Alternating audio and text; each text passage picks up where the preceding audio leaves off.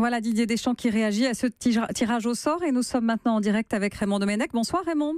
Bonsoir. Il a de la chance Didier Deschamps, dis donc. Australie, Danemark, Pérou, on pouvait difficilement rêver d'un tirage plus favorable. Oui, et comme il le dit lui-même, on aurait pu avoir pire. Je ne sais pas comment, parce que c'est difficile de faire mieux que ce tirage-là. On a pris les 3 équipes qui se sont qualifiées après les barrages, donc celles qui ont été le plus en difficulté pour se qualifier. Il y a le tirage qui est bien. Il y a même le croisement, parce que le groupe à côté, le groupe D avec l'Argentine, l'Islande, la Croatie et le Nigeria, on ne sait pas lequel va sortir de ce groupe-là, parce que c'est un groupe qui est assez homogène, où ils vont se déchirer, ils vont laisser des plumes, ils vont se battre entre eux. Et nous, en plus, on a un calendrier avec des matchs tranquilles tous les 5 jours, avec un calendrier où il n'y a pas de compression ou de plage trop large de récupération, une bonne régularité. Donc, tout pour bien préparer cette Coupe du Monde. On dit que c'est de la chance, mais la chance, il faut la confirmer. Et ça va être le travail de Didier. D'ailleurs, il a déjà commencé à dire attention, voilà, d'abord, il faut gagner les matchs. C'est bien, c'est mieux.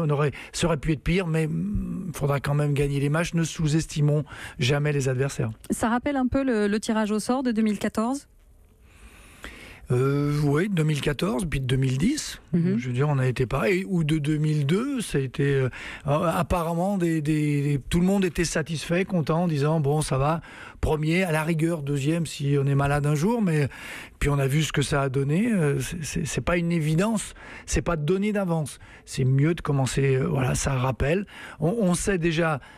On prévoit qu'on va être premier de ce groupe-là, ce qui est tout à fait logique, qu'on peut rencontrer l'Argentine qui peut se faire accrocher en 8e, donc ça commence à alerter et à inquiéter, et que si on passe ce groupe-là, parce que ça sera l'Islande ou le Nigeria qu'on prendra en 8e, quart de finale, on va prendre celui qui sortira du groupe Espagne, Portugal, Uruguay, un des 3.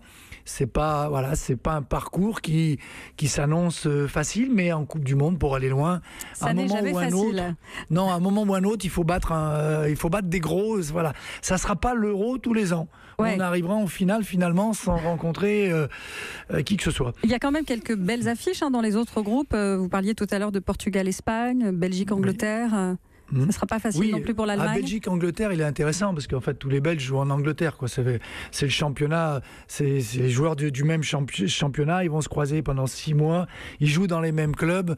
Oui, c'est quelque chose qui va être vraiment intéressant. Et l'Espagne-Portugal, c'est clair que ça va être un match à haute tension, haute pression, d'autant plus que c'est le premier du groupe.